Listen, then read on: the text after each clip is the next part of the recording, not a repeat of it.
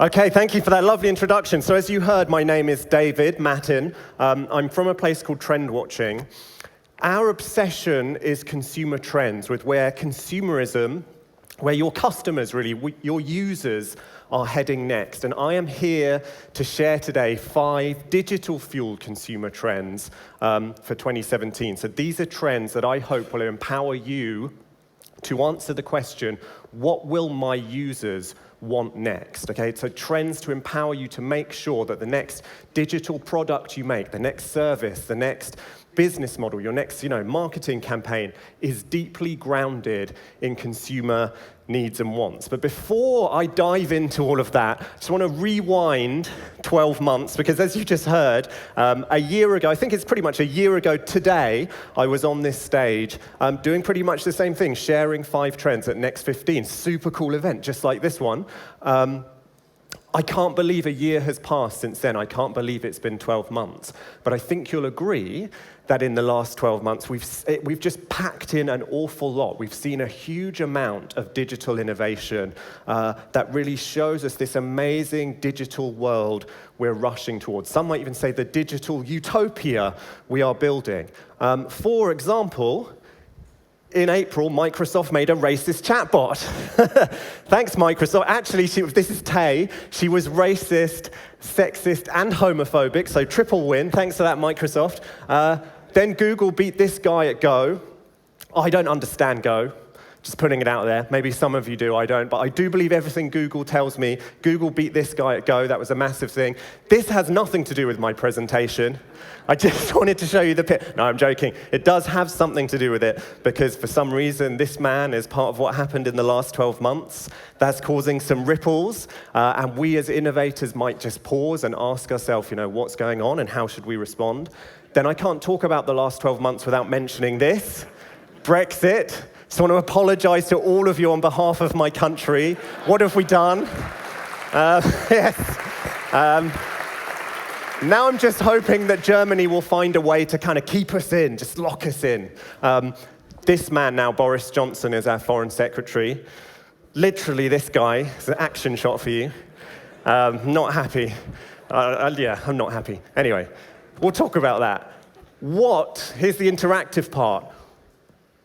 What is the biggest thing that's happened in the last 12 months? I want someone to shout out. Thank you. I didn't even have to give you any clues, because we're digital innovators. Yes, I've given you a lot for the last 12 months. Pokemon Go, of course, was huge. Put your hands up if you downloaded it. Okay, put your hands down if you're still playing. Okay, yeah. Well, it's the same with me.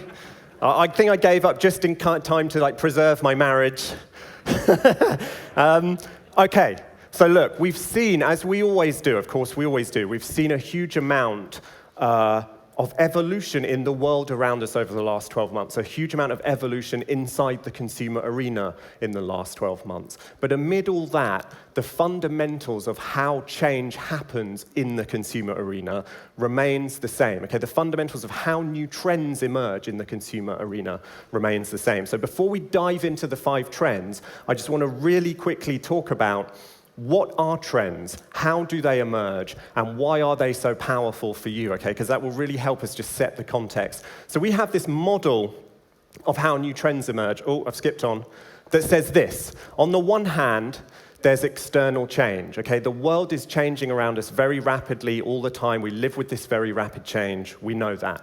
On the other hand, there's human nature, which fundamentally does not change that much over time, okay? Human beings are motivated by this set of basic needs and wants that at their most fundamental are pretty stable. Things like connection, excitement, value, safety, security, okay, all these things do not change over time.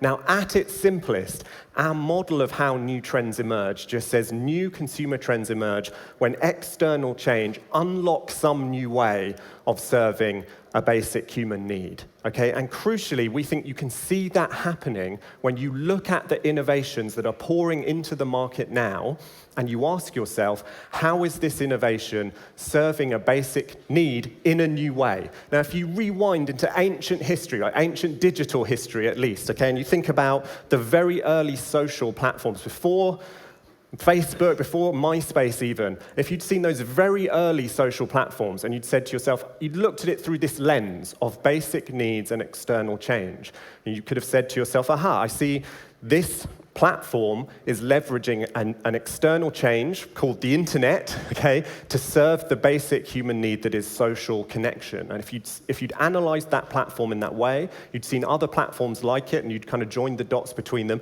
you could have then spotted the trend that became social media, which of course is now not a trend, for years has not been a trend, it's just daily life. But that's a really good example of how watching innovations helps you see new trends emerge. Okay, and the reason that innovations that serve a basic human need in a new way create trends is that innovations that serve a basic human need in a new way create new customer expectations.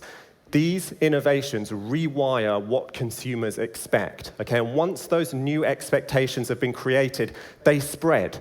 They spread across markets, they spread across demographics, they spread across industries. I mean, just one example, think about the way Uber created or helped create this amazing expectation of one-touch service, and then look at how that spread across industries, across markets, you know, one touch for laundry, one touch for haircuts, one touch for shopping, Amazon Dash button, one touch online retail. You see how Uber helped fuel an expectation that then spread. And these new expectations spreading, that's what a trend is. Okay, that is what a trend is fundamentally. And that's a pretty scary thought, because it should lead you to the question, who am I really competing against as an innovator? Okay, it's not necessarily the people either side of me geographically. It's not necessarily the people who are your direct competitors. It's anyone who's creating the new customer expectations that are eventually going to spread all the way to your door, okay? And that's what trends are about in the end, okay? It's about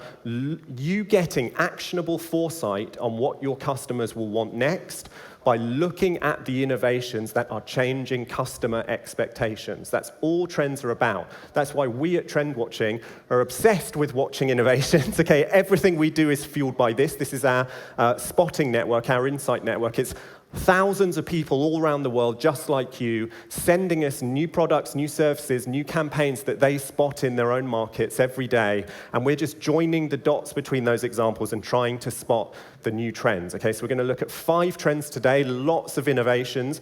And I just want you to be relentless about asking yourself, how are these trends, how are these innovations changing what my users, what my customers will expect of me? Okay, that's what trends are all about.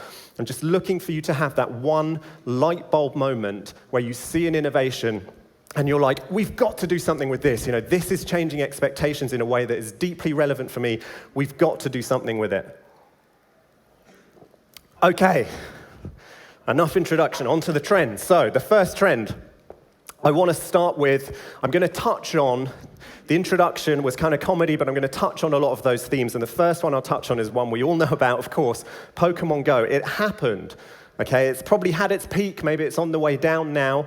What I'm really interested in as a trend watcher, and for you, okay, is what did it mean? Yes, it happened, but what did it mean? What is the underlying lesson that we can take forward as innovators for months and years to come? Okay, and the answer to that starts with this. It starts with status.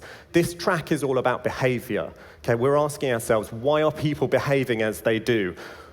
In the consumer arena, one of the most common answers and one of the most powerful answers always is status, okay? The search for status, the search to mark yourself out as in some way special. In affluent societies, we know status is one of the key drivers of all human behavior. Now, status used to look a lot like this, okay? The big fast car, the expensive house, you know, the very expensive holiday.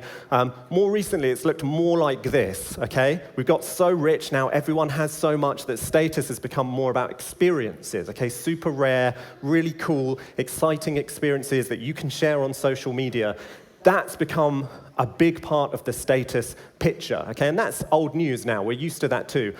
Recently, we've started to see something really interesting happen in the online space. So the iconic technology thinker, Kevin Kelly, says we're moving from an internet where information is the basic unit of currency towards one where experiences are the basic unit of currency. We're moving to an internet of experiences, okay? An internet where virtual reality experiences, augmented reality experiences carry as much weight, as much force, as much significance for us as the experiences we've always had in the real world. Okay, and that has huge, if you think about the experience economy and status, that has huge implications for status.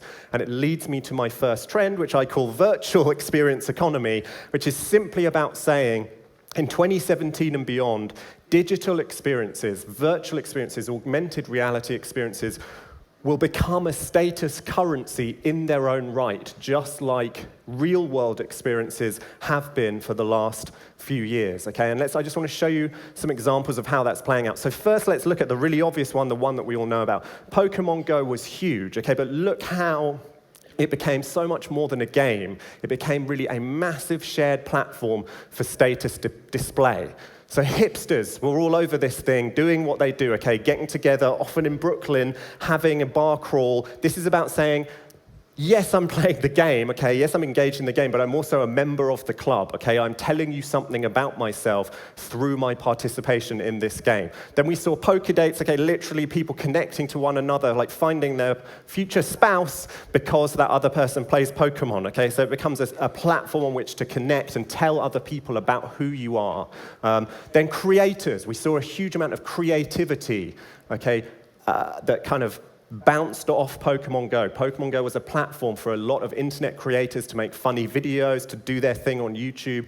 Again, that's all about status display. Look at me, look at how creative I am. And loads of it was hilarious, loads of it was great. And then winning, yeah, sure, it's still a game. You know, winning is still a thing. So this guy, Nick Johnson from Brooklyn, was the first to catch all however many million Pokemon, and he won. Okay, so yes, in the virtual experience economy, winning is still status-worthy, but all these other things are status-worthy too. So Pokemon Go became this massive platform for status display. How else can you guys innovate to create virtual experiences that become a status currency? I just want to look at some other examples. This is the void. Okay, so one way is to attach your virtual experience to a very, very notable physical place. Okay, the void is a Ghostbusters, or it was launched in July, was a virtual experience that happened in Times Square, in the Madame Tussauds in Times Square, where you put on a virtual reality headset and you were free to roam around and catch virtual ghosts kind of with your friends, like super fun. But also about saying, I have had this amazing experience in this amazing place. Okay, so going to Times Square once upon a time was status-worthy, was the sort of thing you'd share with your friends, you put on Facebook. Now that's not enough. Okay, you have to have this amazing virtual experience too if you want to go up a status notch. Okay, I've done this thing that you haven't done and you probably will never do. So that's one way. Another way is to just make a world that's so rich, so huge, so infinite, that it becomes about discovering little corners of it and sharing that with your friends. Again, saying like, I've been to this digital place that you will never go to, and here's a postcard of it. Like, here's a snapshot of this amazing place I've been to that you'll never see. Now, I know what you're thinking with No Man's Sky, which was released like a couple of months ago. Yes, it was a bit of a flop. It had a lot of bad press. But this is a great time to remember that when we're being trend watchers, it's not about watching innovations and asking how successful was it. Okay, it's about watching innovations and asking how is it changing consumer expectations. Now, No Man's Sky may have had its problems with the reviewers. Some people were disappointed, but there is no doubt that it is rewiring what people expect of video games. Okay, it's turning It's changing people's mindset away from just the idea of a video game is to win, and towards more the idea of a video game can simply be to just experience, as we do in the real world, to just experience this world and then tell other people about it. Okay, people don't even have to play it. They just have to see it and hear about it to have their expectations rewired in this way. And yes, of course, when you're the first to do that, you're always going to have some problems. So lots of people still wanted No Man's Sky to be more about winning than experiencing. They were kind of disappointed. But you as innovators need to take that underlying lesson. Okay, this is rewiring what your users will ultimately expect of you. And there are sort of hundreds of thousands of people still online using it in that experiential way. They're visiting new corners of No Man's Sky and they're telling their friends about it. Okay, just like once upon a time you'd go into the Andes or you'd go to the pyramids or whatever and you'd send a postcard. They're sending video postcards of this tiny corner of this world they've been to. That is an amazing change, and you have to think about what that means for you. Okay. Another way to make your virtual experience status-worthy is quite simply to play, I think, on fear. I think we're going to see the emergence of virtual experiences that are so real and so frightening that only a few people are able to deal with them. And that's going to become a status currency in its own right, just like doing amazing bungee jump off a building or putting on a wingsuit and flying off, a cliff top, all these crazy things people do. Is a status currency. I think we're going to see virtual experiences that are so frightening, they become status currencies too. And just in case you're thinking that virtual experiences are never going to be as overwhelming and all-encompassing and just immersive as experiences in the real world, just take a look at this for a second.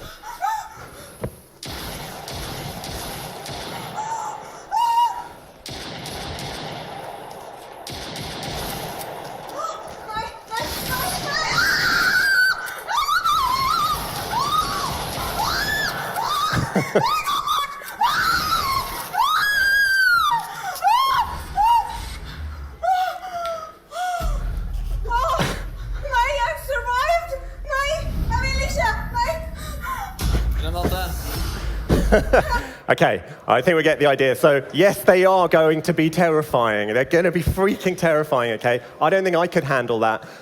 That one's a game. This is more of an experience. This is called The Walk. It's a virtual experience that simulates Philip Petit's 1974 tightrope between the World Trade Center towers. Okay, and if you Google this yourself and you watch the videos of people doing the walk in virtual reality, lots of them just simply cannot even bear to take that first step onto the tightrope. They're so scared, okay? The people that can, they have something to boast about. They have something to tell people about. That is how virtual experiences become a status currency, okay? And that is just a really powerful change. And then the last thing to say is, yes, it will be about having these virtual experiences and sharing them as a status currency, but also in the virtual experience economy, another play clearly will be to create those virtual experiences for others. And we're just starting to see the beginnings of this. So this is Google Tilt Brush. This is a virtual reality kind of three-dimensional paintbrush with incredible special effects, and you can create amazing virtual worlds for people that they can then come in and inhabit. Okay, so if you don't want to experience something and share that as a virtual status currency, maybe you're the person creating the virtual world that is the status currency. Think about creators too. So I would just love you to ask yourself, our first light bulb moment, just love you to ask yourself as innovators, what's my positioning in the virtual experience economy? How can I serve this new thirst for virtual experiences that are a shareable status currency in their own right? If you're asking yourself that question, it's a really powerful question to ask yourself as innovators, and you're very much inhabiting these thoughts about how behavior is changing. Okay, now quickly moving on, because I've got to be fast here.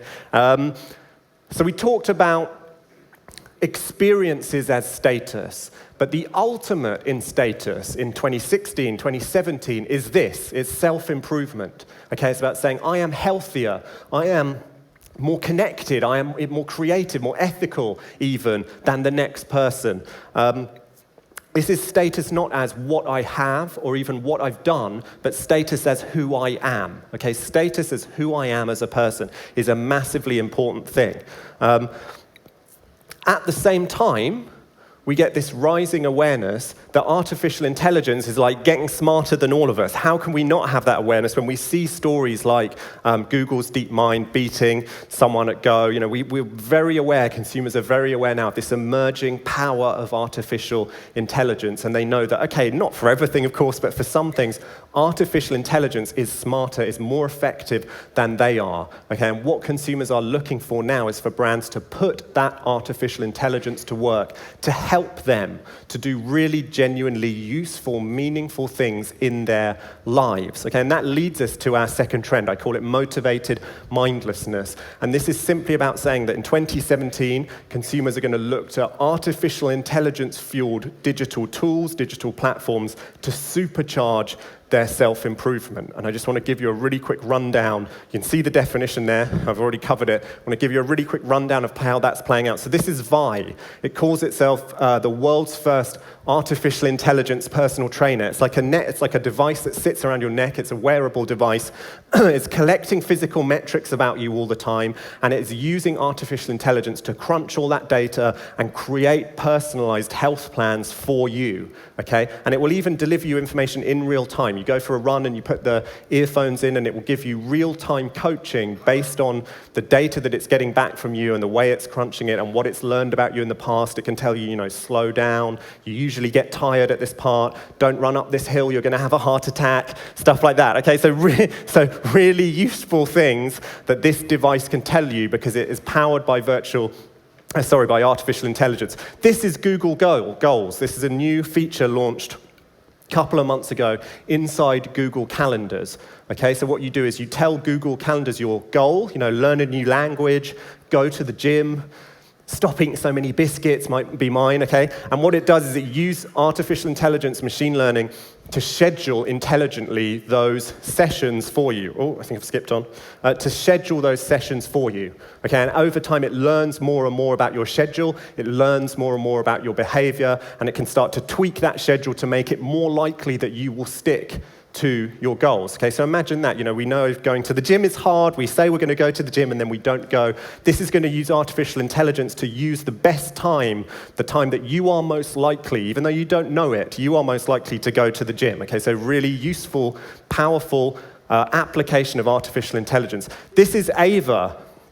This uses image recognition and artificial intelligence to give you nutritional advice. So you take a picture of your plate, okay, it uses image recognition to come back to you with a load of nutritional information about what you're eating.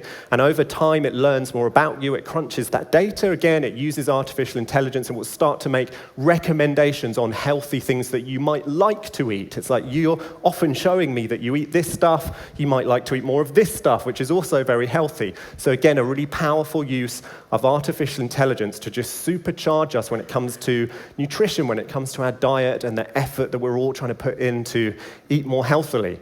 And last, this is Bolt. This is an Indian startup. It's still kind of in beta mode at the moment, but it's creating this ecosystem of wearable devices, much like Vi, but there's a range of devices that Bolt are creating that are going to use artificial intelligence to give you coaching on fitness, on diet, on sleep, and other aspects of behavior too. So this whole ecosystem built around using artificial intelligence to make the consumer a better person, to supercharge their self-improvement. So second light bulb moment, I know that was fast, but I would love you to ask yourself, how can I put artificial intelligence to work to supercharge the self-improvement of my users, of customers, or of users that I haven't even encountered yet, right? Brand new customers. If you're asking yourself that question, that again is a really powerful place to be. Okay. I promised you some Donald Trump. Here he is.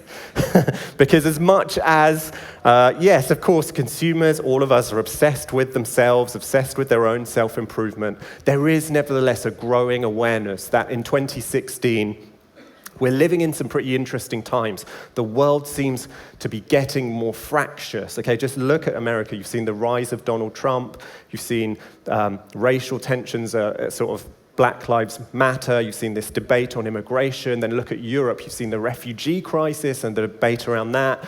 it certainly feels like more polarized politics. You've seen Brexit coming out of nowhere. Okay, we live in very interesting times, and there's just rising awareness of, to an extent, the polarization of a lot of debates, and rising awareness, rightly, okay, of historic prejudices and ingrained attitudes that are unfair.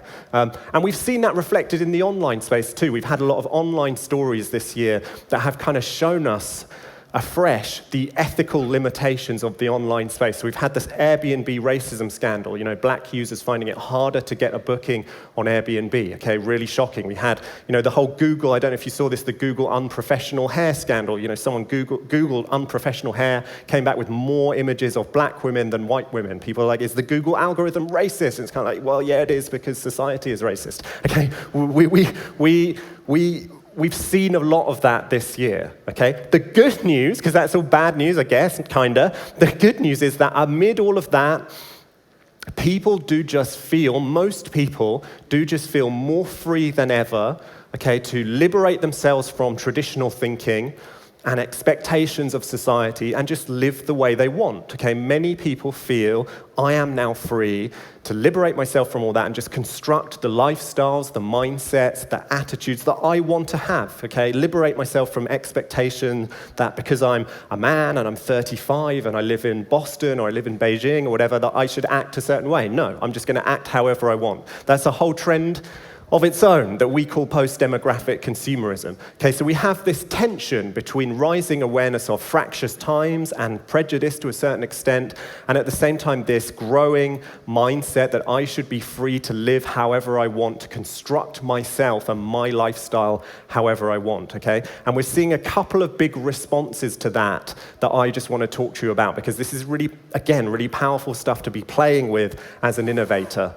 So the first response is this trend, Incognito Individuals. And Incognito Individuals is simply about saying, when you have this tension between, on the one hand, greater awareness of prejudice, more polarized debates, and on the other hand, a determination that I should be free to live however I want, what we're seeing is lots of consumers embracing platforms that allow them to adopt new forms of anonymity that allow them the freedom to express themselves however they want, to be however they want, to just inhabit the online space however they want. Okay, and I want to show you some examples of how that's playing out. Start with a really obvious one. This is interviewing.io. This is a platform to help people do job interviews, and it recently launched a new feature that lets those job interviews be anonymous, and in particular, gender blind. Okay, we know the tech industry in particular has a massive problem with diversity and a massive problem with gender imbalance, and almost everyone it hires is a man. This interview platform is brilliant because it allows you to do a live interview that is gender blind, and it does that by disguising the voices of both participants. Okay, so you can't tell if the person talking to you or not is a man or a woman. So very, very simple, but still a powerful example of this trend that we call Incognito Individuals. Okay, people adopting new forms of anonymity online to allow themselves the freedom to be who they want, to get a fair hearing, to just dispense with all that demographic baggage for a minute. Another kind of obvious example, this is Blind. This is an app from South Korea. It's all about letting colleagues in workplaces talk to one another totally anonymously and talk to their managers anonymously. Okay, it's used by 1,600 people now in South Korea. 1,600 teams, 1,600 companies. It recently came to the US. You have like teams at Facebook and Google and Amazon using it now, and they're usually using it to talk about things like just office politics, like you'd expect, gender wage gaps, the products of competitors and how they should respond to them. So again, just a really simple but powerful application of this trend. New forms of anonymity to just allow you the freedom to say the things you want to say and just forget about the baggage for a while. Now, I know what you're thinking with anonymous social networks. Okay, we had Whisper, we had Secret, they tanked, okay, they failed, and a massive part of why they failed is because of the problems they face with online trolling, online bullying, okay? The problem is if you make people anonymous, a small subset of people behave terribly. There's an answer to that now, okay? Emerging technologies, artificial intelligence particularly, are going to allow us to deal with that problem. So check this out. This is Candid. This is an anonymous social network, much like Whisper, much like Secret. But Candid is going to use AI to weed out bullying, to weed out trolling, to weed out that kind of behavior and just kick it out the door. Okay, and that is really interesting. So imagine artificial intelligence now is going to allow us to combine the freedom of anonymity online with the power of a civilized, civil discourse. Okay, we've never been able to have those two things together before. But if you apply artificial intelligence to this problem, you can keep the freedom of anonymity and you can keep the civil discourse. You can keep the civilized behavior. Okay, that is a really powerful new change that's fueling this trend, incognito individuals. And then the last thing, just a final thought, is okay, if you don't want to be anonymous, also part of dispensing with your own demographics, of liberating yourself from the fact that you happen to be a woman who's 40 who lives in, Toronto or whatever, is to just see the online space through the eyes of a different person entirely. So this is something called anti-persona, and very simply it just allows you to view Twitter through the eyes of any other user, any other human being who's on Twitter, basically. Okay, so this is about just seeing the online space not through your own eyes, but seeing it through the eyes of someone else for a while. And that is a different angle on this trend, incognito individuals. So I would love you to ask yourself, how can you set your users free?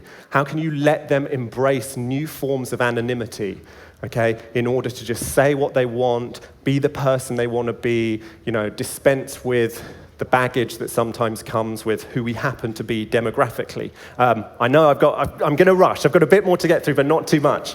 Is that okay? Yeah, we are very tight on our schedule.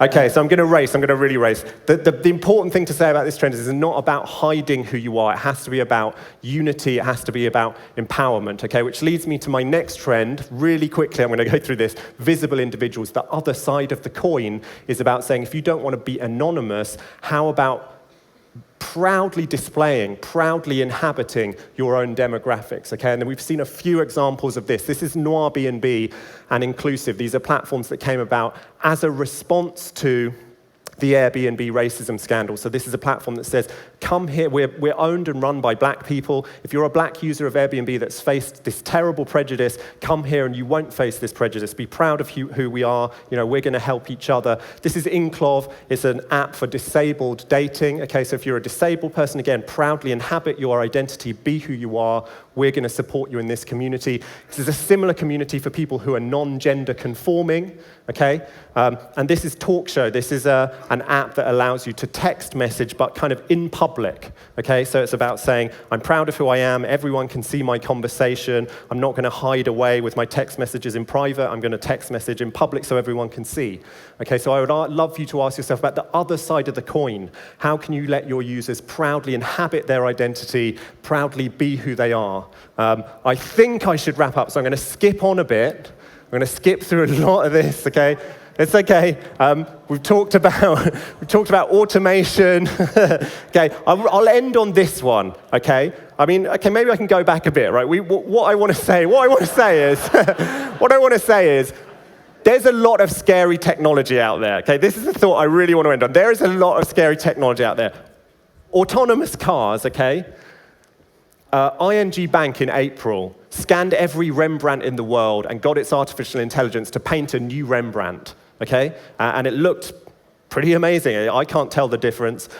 There's a scary side to all this. This is Foxconn replacing 60,000 jobs in China with robots. There's a huge amount of fear about this new technology coming that we are all so excited about. The opportunity for you as innovators is to prove to consumers that you are going to use this amazing technology not to render human beings redundant, okay, but to renew us as human beings, to make our future more exciting. Really quickly, here are some examples of that happening. This is a virtual reality experience that teaches people how to speak in public. Okay, maybe I should use it.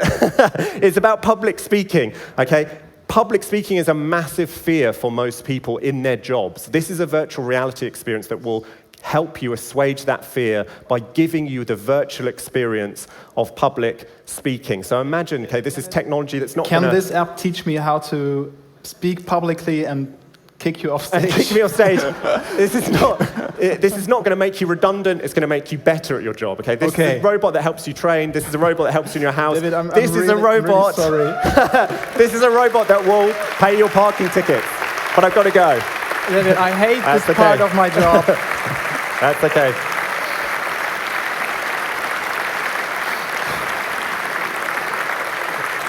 This is your applause.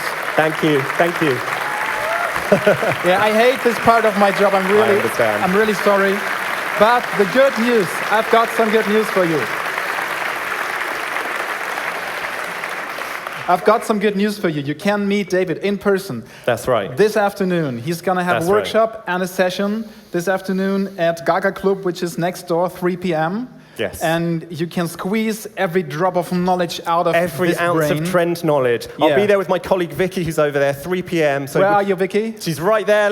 There's Vicky. So we can talk more trends and we can learn how to turn a trend into a new idea for you. Super fun. I'm deeply sorry. No, I understand. I enjoyed your talk. Thank you so much. Thank you very much. Thank you.